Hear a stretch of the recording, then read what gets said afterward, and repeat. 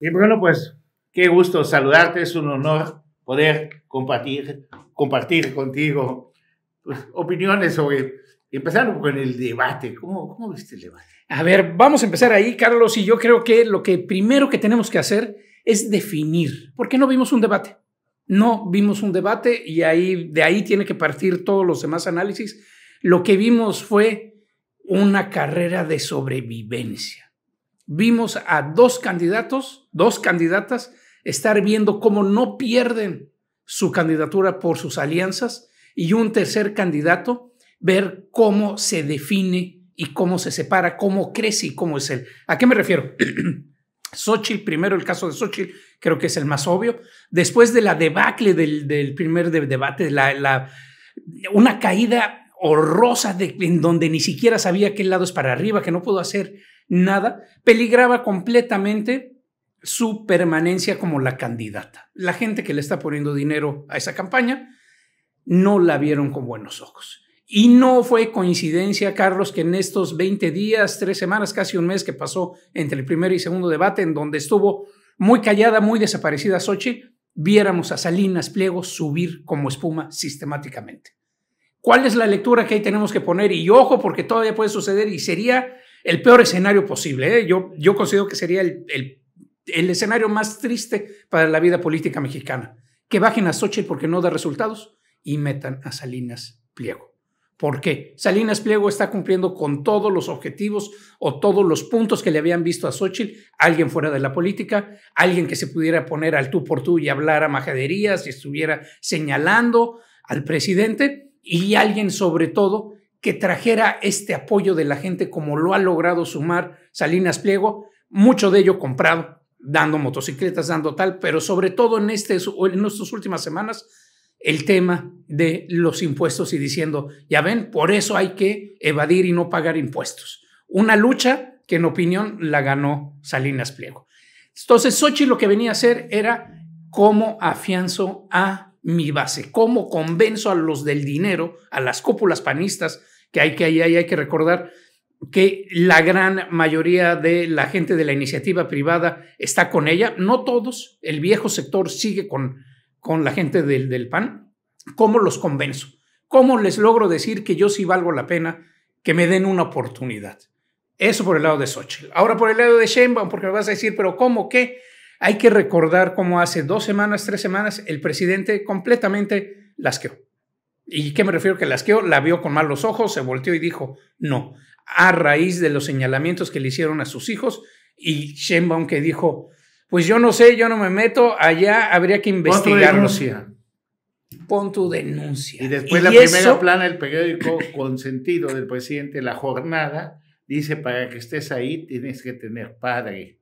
Y ahí está también la contraportada, la rayuela de La Jornada, que hay que leerla muy especial, porque ahí viene eso también, el señalamiento del presidente. Entonces el presidente dio un manotazo, en todos los círculos de Morena se habló y se dijo que ya había caído de la gracia del Señor. Y tú y yo sabemos en el análisis político de este país cómo en este sexenio caer de esa gracia implica perderlo todo. Perderlo completamente todo. Entonces, Sheinbaum fue a decir, sí estoy con el corazón Morena, con la gente que está con López Obrador y tengo que convencer a mi jefe que estoy ahí. Por eso, toda la argumentación que comentaba en Omelet, de que todo partía, su proyecto de segundo piso, partía de cimentizar y decir que también ha sido esta administración en todos sus logros y éxitos. Ahí fue, cuando fue atacada ahí Sheinbaum, fue que no supo ni qué decir, porque ella no estaba pensando en Xochitl ni en otra persona, ella estaba pensando cómo convenzo al jefe. La sacó Xochitl de su área de confort y ya sabían todos los estrategas políticos cómo iba a ser el debate. Venía una Xochitl a atacar más agresiva porque la habían criticado horriblemente, que en el primer debate se vio muy débil, se vio muy fregada, la verdad, y que había ganado Claudia Sheinbaum. Y un Álvarez Maínez que criticaron que solamente se la pasó sonriendo y tratando de golpear a Xochitl Gálvez para dividir el voto. ¿Te acuerdas el Shrek, esta película de animación? Híjole, allá hay un personaje que me recuerda muchísimo siempre a Maynés cuando lo veo. Pero bueno, de acuerdo, sí, esa era la línea. Yo estoy casi seguro que Xóchitl decidió no hacerle caso a los asesores de la primera vez y cambiar o escuchar a las voces distintas que no le habían dicho que hiciera lo que hiciera aquella primera vez. Se vio más suelta, se vio candidata. O sea, a ver, a diferencia del otro que era patas para arriba, todo, que no sabía ni qué lado para arriba, yo creo que ahora parte de las pestañas de cada cartulina que sacó eran este lado para arriba, para que supiera y no le fallara eso. Se vio una Xóchitl que entrenó para el debate, porque si te das cuenta, quien cuidó sus tiempos y no tuvo falla en ninguno de sus tiempos fue Xóchitl Gálvez.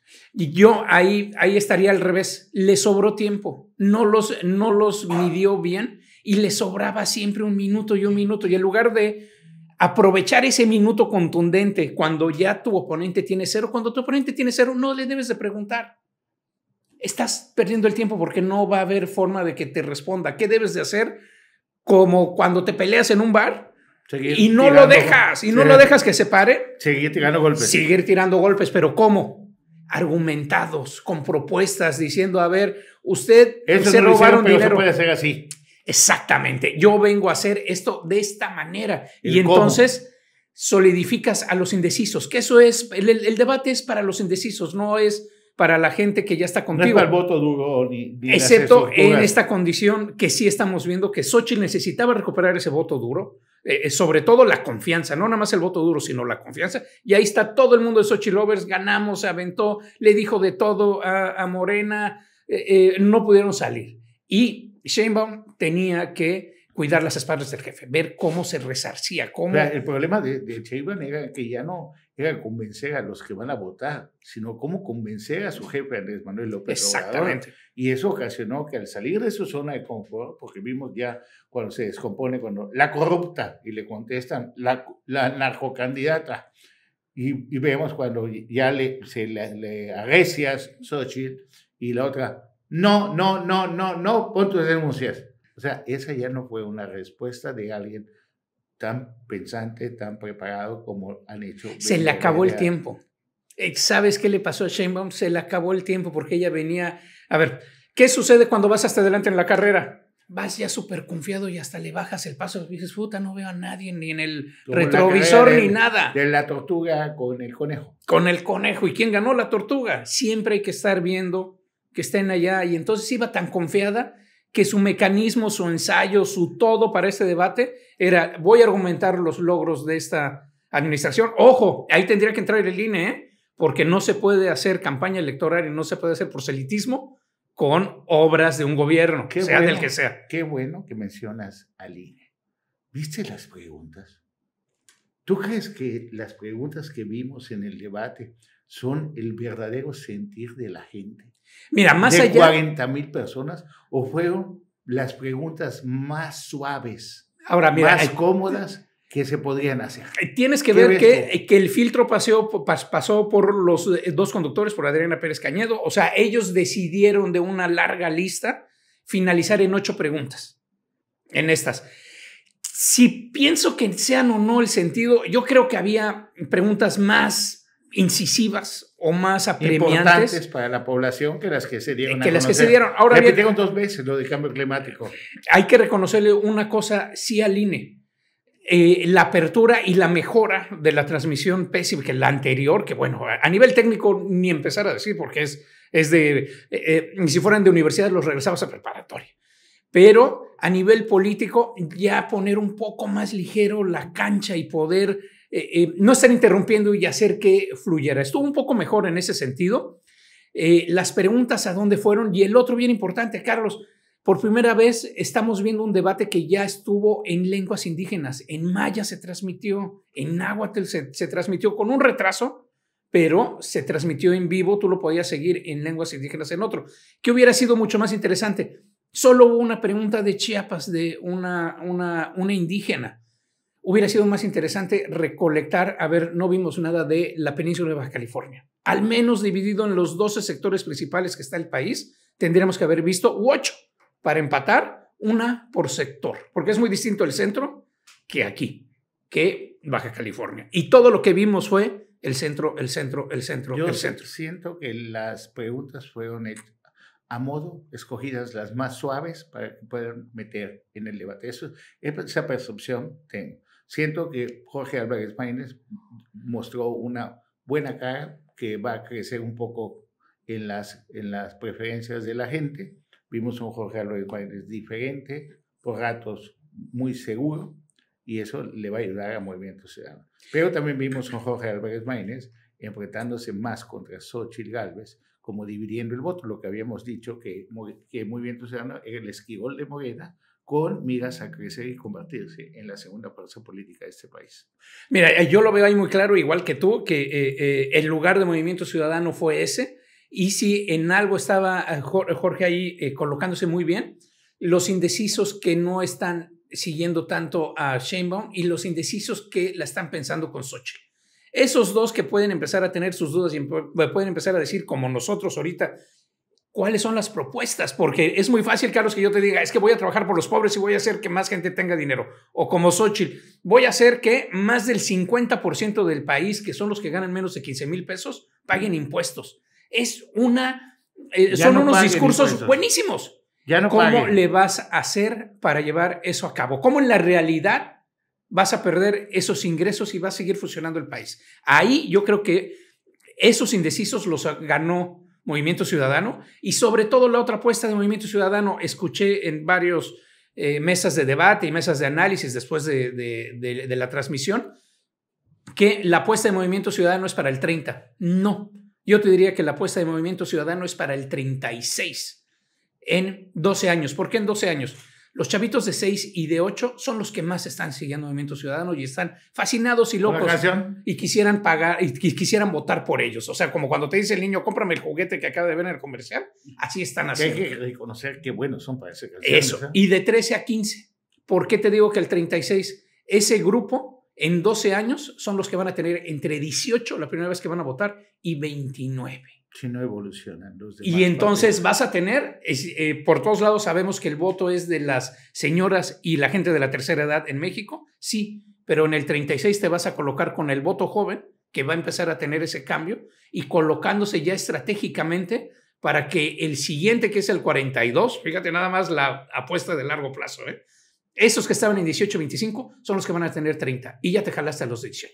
Y entonces tienes todo el grupo de 18 años a 40 apoyándote, porque desde niños han escuchado Naranja, Naranja, han escuchado esto. Y si te fijaste, todas las apuestas y todo dirigido únicamente para los chavos de preparatoria y los chavos de universidad.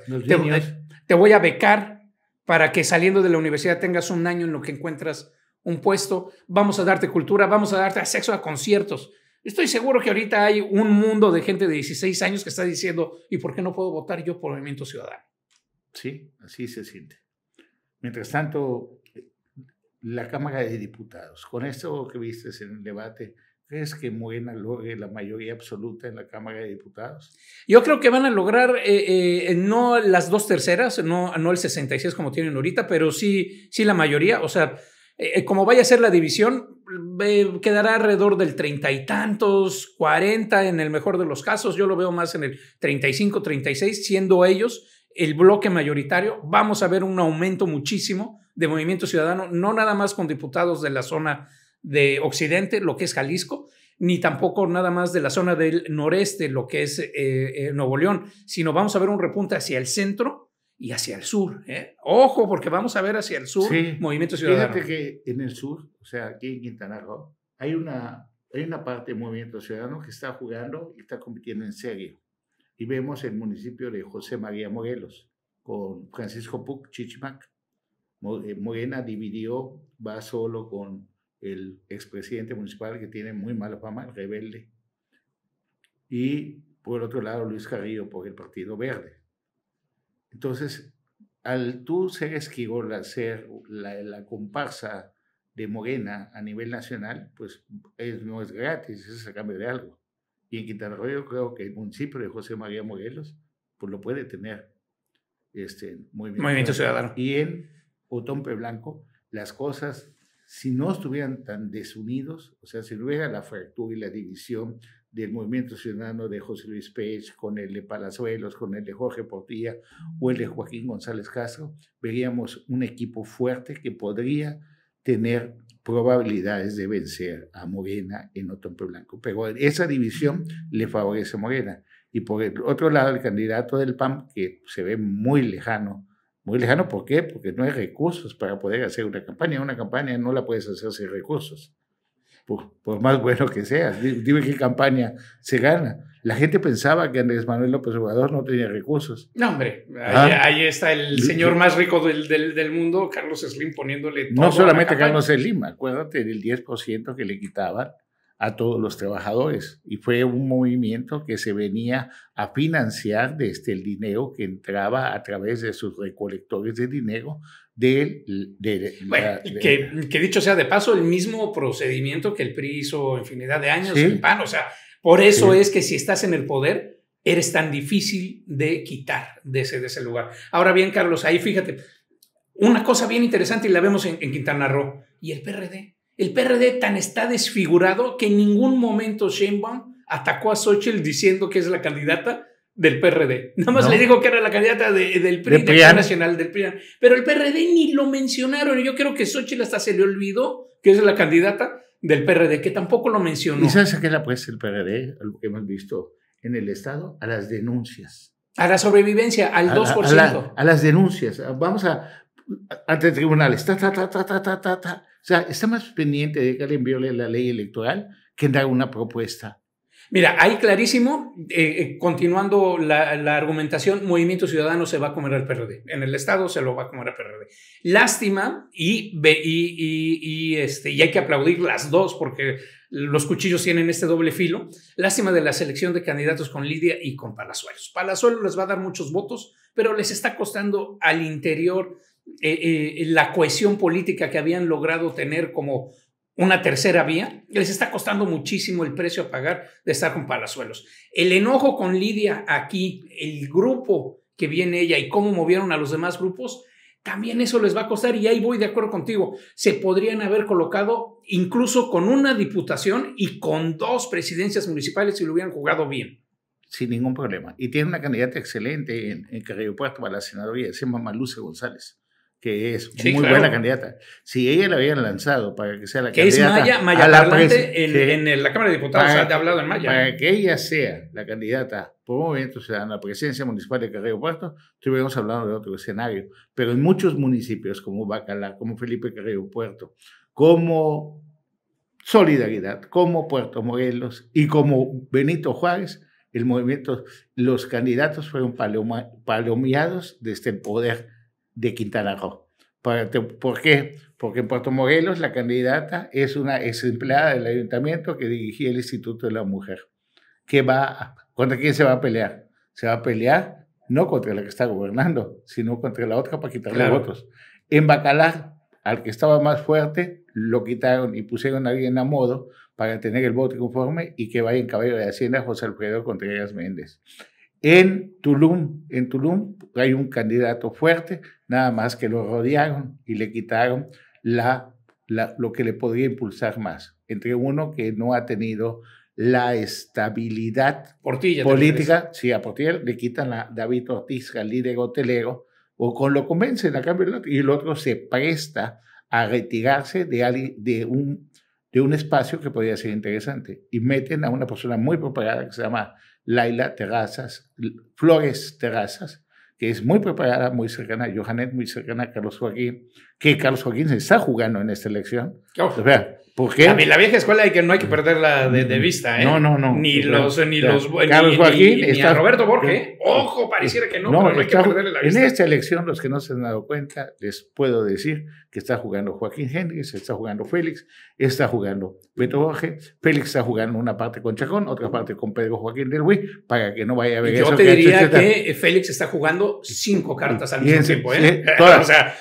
gano. Él va a ganar quien gane. Quien gane, gana Félix.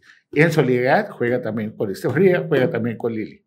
Y así en Puerto Morelos y así todo. Y calladito, se ve más bonito, no sale, no se exhibe porque no es su momento, sabe jugar los tiempos, pero también Beto Borges tiene a sus aliados. Bueno, uno de los más cercanos a Beto Borges, es quien es parte del gobierno, o sea, no nombrado, pero quien tiene decisiones importantes, se llama Vallado. Fabián Vallado. Fabián Vallado, quien Beto Borges quería que sea su sucesor junto con Chanito Toledo. Anécdota, Fabián Vallado es de las pocas personas que fue a visitar a Beto Borges a la cárcel. Sí. Que tuvo todo y que sistemáticamente lo fue a ver, porque no todos los demás le dieron la espalda. ¿eh? No perdió el cariño. Cuando caes en desgracia, conoces quiénes son los de verdad. Carlos, antes de que se nos acabe el tiempo, vamos a ver el tercer debate. Va a ser interesante porque ya después de el primero que fue la caída, el segundo que se recuperaron, el tercero, ahora sí deben de aprovechar y dar propuestas. Es el último espacio que vamos a tener y sobre todo, ¿por qué seguir el de la presidencia? Pareciera que estamos tan lejos aquí. Es la línea que van a seguir los gobernadores. Estados. Punto. Y ¿sí? En pequeña medida los diputados locales, que esa va a ser la diferencia. Y más para los senadores y los diputados federales que vamos a elegir también. Va a ser interesante. Pues un placer haber platicado contigo, querido Bruno. Nos vemos, Carlos. Un placer como siempre.